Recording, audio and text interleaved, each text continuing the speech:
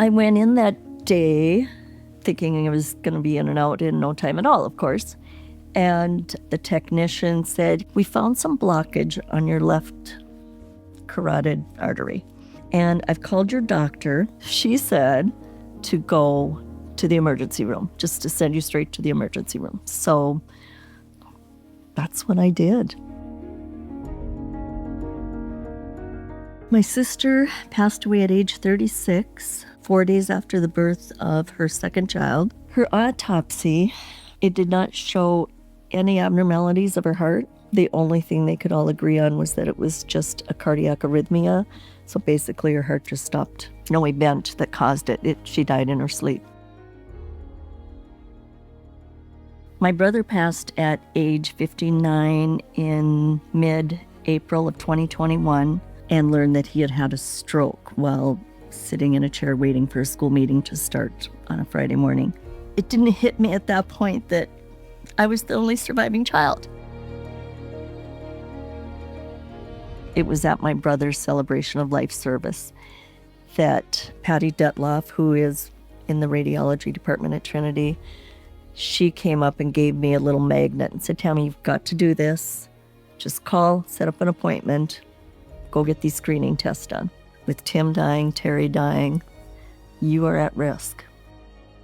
Prevention is really key for strokes. That's the one thing that we can do, right, is get our carotids checked to make sure that there's no stenosis. Family history is a huge impact on patients' risks. If you have any family history related to stroke, heart attack, that's automatically going to increase your risk for those diseases.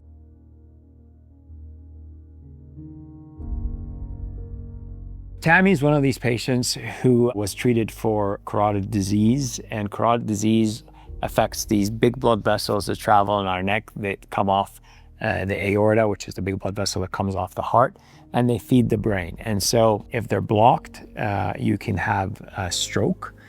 And screening, which is typically the way we start, is with a carotid ultrasound.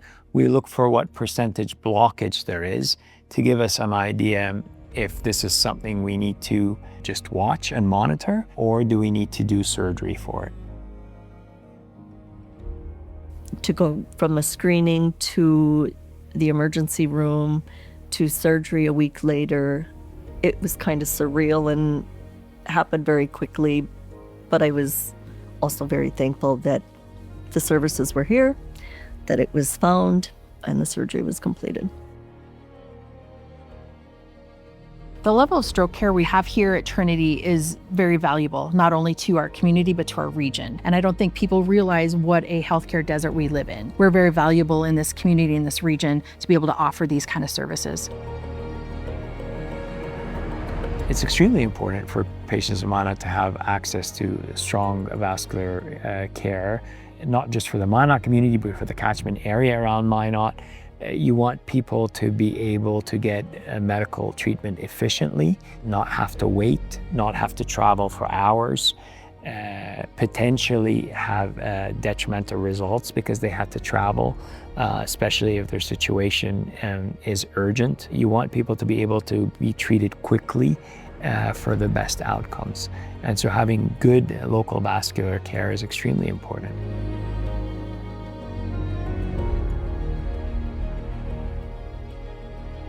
It's important to tell my story because I had no symptoms. I had no clue that there would be any issues with my carotid and that I might need surgery. I think everybody that knows me was surprised. As my story got out, a lot of friends also went in and had the same screening. But it's important that people take advantage of the screening that's offered by Trinity, because you just don't know what you're going to find. Life is short.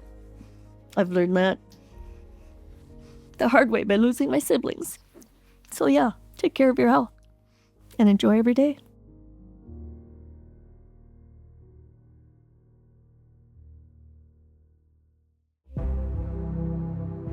Trinity Health, making more possible.